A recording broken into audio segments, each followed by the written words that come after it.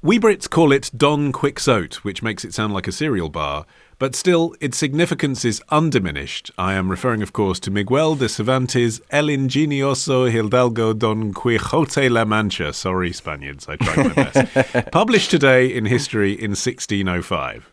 Yeah, and I haven't read it, but you know what? That makes me no worse than the 80% of Spaniards who haven't read it either, because surveys suggest that although this is probably the best known work in Spanish literature, only 2 out of 10 Spaniards have read it cover to cover, and 6 out of 10 say they've read some, presumably at school, under duress. Yeah, I too haven't read it, I must confess. Then what are we doing here, guys? Yeah. We're not Cliff's Notes. No, We're talking about the day it was published. It is meant to be one of the most read books in history, so plenty of people Been have around read for it. 400 years. Yeah, it's had some chance. time to do that work. But its genesis took a long time as well, because Cervantes was actually an aspiring writer for quite a lot of his life, but it took him a while to get around to doing writing. He actually also had to do quite a lot of other day jobs to pay the bills, as any aspiring or probably even practicing writer will know. It was the same story back in 1605. A bit more gun action. Yeah, well, so he was a soldier, but he also, after being a soldier, his main literary breakout job, if you will, was as a tax collector for the Spanish government.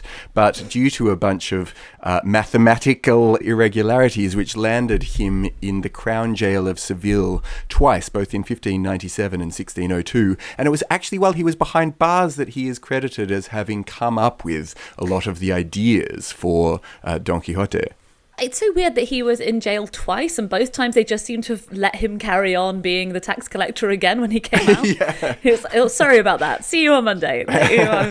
But it's so strange to think the fact that today in history, when Don Quixote first appeared, he was 57 years old. He was a 57-year-old civil servant with a hobby. Gives us all hope, doesn't it? Yeah. Well, quite. He'd written lots of plays and poems, but none of them had become successful, and they all fell into fairly recognisable genres of the time. So he wrote sonnets, he wrote epic poems, he wrote farces for the stage, but Don Quixote seems to have struck a chord precisely because it was something that hadn't been seen before, specifically the way that it employed everyday language and realistic conversations in what was otherwise a very literary setting. So 1,750 copies were published initially. Actually, his follow-up, Exemplary Stories, was the one that everyone in Spain remembered in the 1600s. But the first part, at least, was successful enough that there were 2 Madrid editions and then 2 published in Lisbon, and then there were others that followed in Brussels, in Milan, and then the first English translation appeared in 1612. And by this stage, Cervantes really was a household name. The time it was taking for him to produce Book 2 left room for a pretender to slip in with a fake part 2 before him, and apparently it was the publication of this fake part 2 of Don Quixote that really motivated Cervantes to get round to finishing his own part 2. Well, to be fair, it had been 9 years since part 1 had appeared. He was worse than George R.R. Martin. You know, apparently quite a common literary device at the time to be like, and I'll be back to share more adventures with you, but you didn't really have to do it. So it seems like he wasn't really going to do it. Like the end of Back to the Future. Yeah, well, exactly. And then this guy, using the pen name Alonso Fernandez de Avellaneda, showed up with his new part 2 of Don Quixote. He was like, do you know what? I'll just do it. And that actually apparently was very popular. I mean, the characters from part 1 were popular enough that they were being used as masquerade characters in celebrations to celebrate the birth of the Spanish Prince Philip IV. So they were familiar to the public, and there was obviously an appetite to hear more of their adventures. And that's exactly what this volume offered. And this obviously spurred Cervantes to buck up significantly. And in part 2, he actually incorporated the whole affair into the narrative in a way that feels really modern. I think so too. It's amazing. Isn't it so cool? Don Quixote comes across 2 men reading the fake sequel to Don Quixote. Yeah. And there's also a part where he's on his way to a joust in Zaragoza, but he changes his plans when he learns that there was an episode like this in the fake sequel. It's brilliant. And he also then encounters some of the characters from the fake books. So you've got this real melding of reality and fiction in a way that I agree is so contemporary. Well, you see, you're touching on all the things that make it special, though, because he'd created in Sancho and Quixote this kind of classic comedy duo who could be parodied and could be part of the masquerade. You know, fat and thin, a bit nutty and a bit grounded, urbane and country bumpkin. It's buddy movie stuff, right? So you've got these two characters that are endearing and they're funny and you want to spend time with them and you relate to them.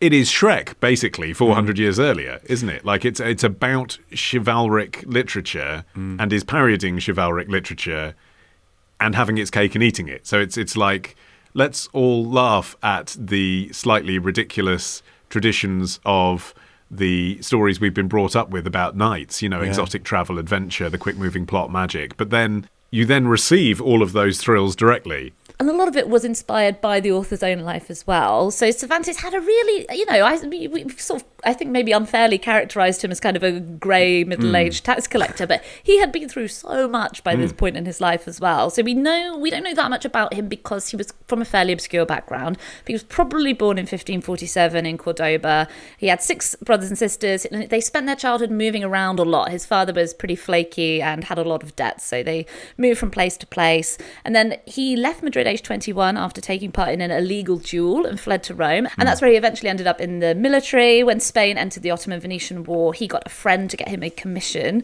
and he ended up losing the use of his left arm during the Battle of Lepanto, giving him the jaunty nickname El Manco de Lepanto, the one-armed man of Lepanto. And once he'd eventually recovered, he set off back to Spain with his brother Rodrigo, but their ship was intercepted by North African pirates. Both of the brothers were taken to Algiers and forced to work as slaves until they could be ransomed. That was a pretty common pastime for Barbary pirates. 2 years later, the Cervantes family had raised enough money to free one brother, and they chose Rodrigo. Oh, man. Miguel Cervantes would have to wait another 3 years until a Christian charitable order bought his freedom in 1580. But you can feel that sense of an episodic adventure coming through the text, can't you? That, as you say, you'd had this colourful life and then put it into this book, which is so many things all at once. It's a fantasy, but it's also a story, and things happen all the time. And that in itself is a comment about the benefit of recreational literature. This point in history, the church in Spain believed that prose should be the sole preserve of historical fact. Poetry is what you use to describe something fantastical or spiritual. And so they weren't keen on the chivalric romances. And then you have this, which is a parody of the chivalric romances. The joke is, our hero has read too many of those books, so he's gone mad because he's reading fictional literature as if it's history. So it sort of feels like it's on the church's side. But really, the pleasure of all of these mad things happening to him is the thing that you like when you're reading it. And it flatters your ego and makes you feel clever. It's the Tom Stoppard thing, isn't it? People feel clever and literate because they get all the jokes because it's about books. Yes. You have to have read books to find it funny. And it aligns with his own personal history again. Famously, he didn't go to university, but picked up his skills as a writer just by reading prodigiously. So he's kind of, again, both drawing upon and commenting on his own lived experience. I am a man who has read too many books. Here is my book. It's about a guy who goes nuts because he read too many books. And like Shakespeare, I mean, not on the same scale, but there are ideas that have entered the lexicon generally. People don't even realise they're from Quixote. Tilting at windmills is the obvious one for attacking imaginary enemies, which is what Quixote does at one point in the book. Quixotic as a word, people say without even thinking it's anything to do with Don Quixote, but that's what you're saying a person is. They're being like Don Quixote if they're being quixotic. I thought that was so interesting, thinking about like when we encountered the word mesmerism, which came from mesmer. And you're like, oh, yes, of course, quixotic. I mean, you'd think with such a heritage that there would be a definitive film version by now, but there isn't. There's Terry Gilliam's Mad One, which everyone knows took 25 years to bring to the screen and then was finally achieved in 2018 and was basically a bit disappointing. But I didn't realise that it wasn't just Terry Gilliam that had spent his life trying to adapt Don Quixote for American screens. Orson Welles worked on a version from the mid-1950s until his death in 1985, never finished it. And Disney tried 4 times over the course of 80 years and still haven't done it. Yeah, I think it's so easy to see how this could be a really attractive mirage because it's got everything. It's got, as you said, kind of archetypal characters, easy to understand. It's got a kind of a modern framing of where you've got the sort of buddy comedy thing going on. And it's got everything in it, like everything that can happen to people happens within the book. But I think that is the downfall, isn't it? It's like, what episodes do you pick and how do you string them together in order to make some kind of point? It does feel like one that they should hand to Denis Villeneuve because, like Dune famously couldn't be turned into a movie and then he just went ahead and did it. I bet he could do a great Don Quixote there. Timothée Chalamet to play the windmill. Yeah.